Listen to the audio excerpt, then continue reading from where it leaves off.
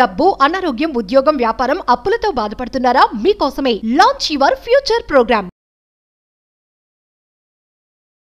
నమస్తే, welcome to Suman TV. నేను విష్ణు. ప్రస్తుతంతో పాటు certified financial planner doctor Bachchu Anil Kumar గారు ఉన్నారు. వారితో మాట్లాడదాం.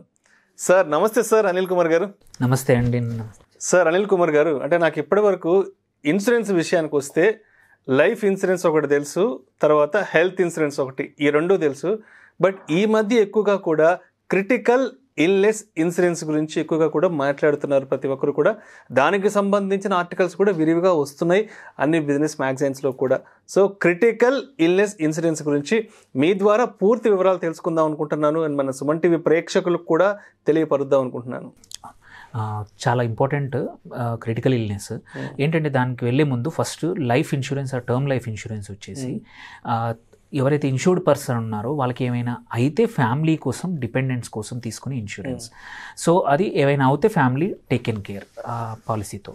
హెల్త్ ఇన్సూరెన్స్ వచ్చేసి మనకి కానీ మన ఫ్యామిలీకి కానీ ఏవైనా హెల్త్ ఇష్యూస్ వచ్చినప్పుడు హాస్పిటలైజేషన్ అయితే అయ్యే ఖర్చుల కోసం హెల్త్ ఇన్సూరెన్స్. ఈ రెండింటి మధ్యలో ఇంకొక ప్రాబ్లం రావచ్చు. ఏంటంటే మనకు ఒక మేజర్ ఇల్నెసెస్ ఉన్నాయి, ఒక 35-40 డిసీజెస్ ఉన్నాయి. హార్ట్ ఇష్యూస్ కానీ, క్యాన్సర్ ఇష్యూస్ కానీ, లివర్ ప్రాబ్లం కానీ, మేజర్ ఇష్యూస్ అనమాట. ఈ క్రిటికల్ ఇల్నెస్ వచ్చినప్పుడు ఏంటంటే ఎవరికి వచ్చినా, అది ఇన్కమ్ సంపాదించే అతను వ్యక్తి కావచ్చు, ఆర్ ఇంట్లో వాళ్ళకి ఎవరికి వచ్చినా, ఫ్యామిలీకి ఏంటంటే ఒక 2-3 years or sometimes 6 months, 1 year కూడా పనిచేసే మనం సంపాదించే శక్తి కోల్పోతాం. ఎందుకంటే మనం ఆఫీస్కి వెళ్ళలేము, కంపల్సరీ రెస్ట్ అవసరం, ఆర్ లైఫ్ స్టైల్ని కొంచెం స్లో డౌన్ చేయాల్సి వస్తుంది. అంటే మన ఇన్కమ్ అనేది ఆగిపోతుంది. అలాంటప్పుడు క్రిటికల్ ఇల్నెస్ స్టార్ట్ అవుతుంది అనమాట.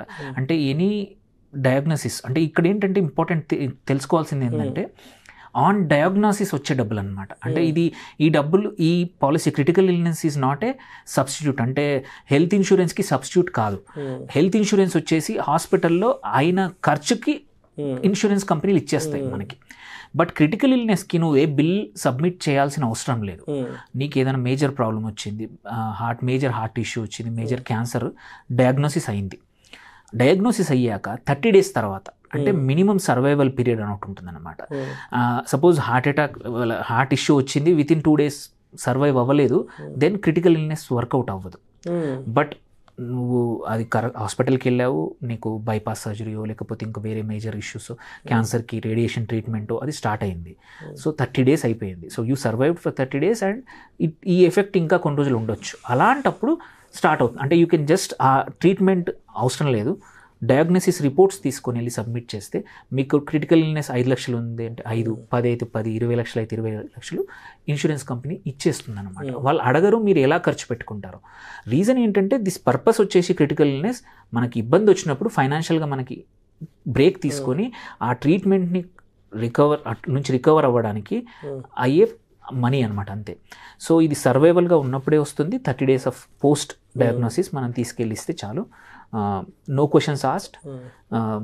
ఇంపార్టెంట్ ఏంటంటే ఈ పాలసీ తీసుకునేప్పుడు 2 రకాలు ఉన్నాయి.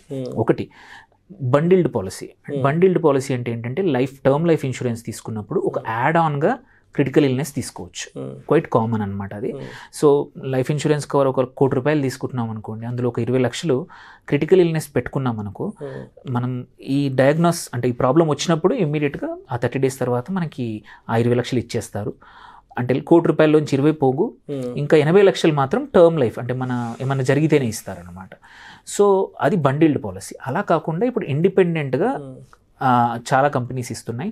సో ఆ పాలసీల్లో ఏంటంటే మనము ఓన్లీ ఈ కవరేజ్, అంటే ఈ 40 డిసీజెస్, 30 డిసీజెస్, ఇక్కడ ఇంపార్టెంట్ ఏంటంటే ఎన్ని డిసీజెస్ కవర్ అవుతున్నాయి అది చూసుకోవాలి.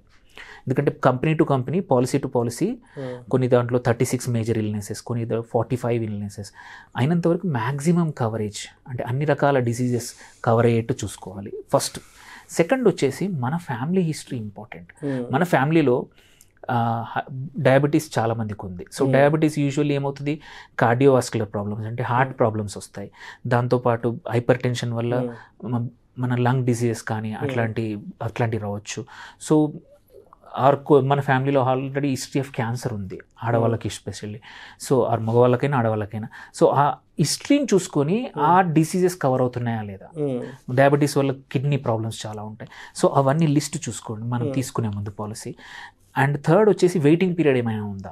కొన్నిట్లలో 6 months ఉంటుంది, అంటే పాలసీ తీసుకున్నాక ఫస్ట్ 6 months వాళ్ళు కవరేజ్ ఇవ్వరు, కొన్నిట్లలో 2 months ఉంది. సో అది చూడండి, అయినంతవరకు వెయిటింగ్ పీరియడ్ తక్కువగా ఉండేట్టు.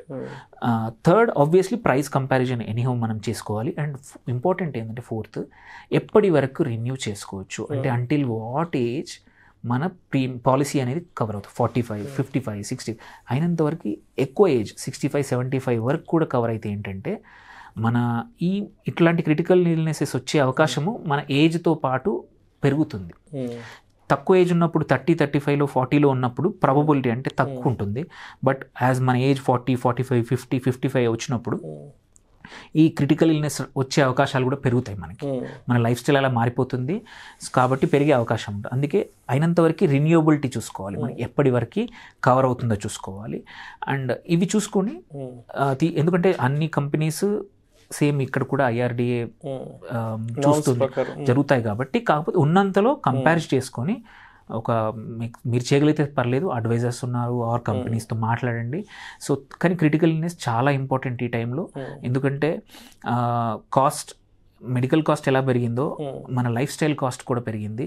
ఒక 1 or 2 years మనం సంపాదన లేకుండా అందరూ సేవింగ్స్ పెట్టుకోలేరు కదా, అలాంటప్పుడు ఈ క్రిటికల్ ఇల్నెస్ పనికొస్తుంది. సో ఈ జాగ్రత్తలు తీసుకుని మంచి పాలసీ తీసుకుంటే ఎటువంటి భయం లేకుండా మనం ఎటువంటి ఇష్యూ వచ్చినా సరే ఫేస్ చేయవచ్చు అనమాట. Right, thank you so much doctor Anil గారు. చాలా మంచి విషయాలు మన ప్రేక్షకులకు తెలియజేశారు క్రిటికల్ ఇల్నెస్ ఇన్సూరెన్స్ గురించి. Thank you sir. Thank you. Suman టీవీలో మీ పర్సనల్ అండ్ బిజినెస్ ప్రమోషన్స్ కోసం కింది నెంబర్కి కాంటాక్ట్ చేయండి.